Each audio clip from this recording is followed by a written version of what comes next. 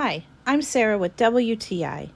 My family is a bunch of suckers for homemade stovetop popcorn, and no one makes it better than my husband, but he's tired of us asking him to make it. So when I heard of this proper popper, I was thrilled that now we can make our own.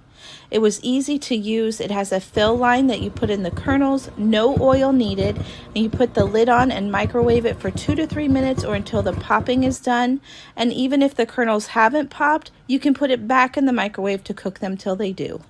I love the silicone material that it's made out of. It's not too hot to take out of the microwave, and the lid comes off easily, and you've got light and fluffy popcorn ready to enjoy.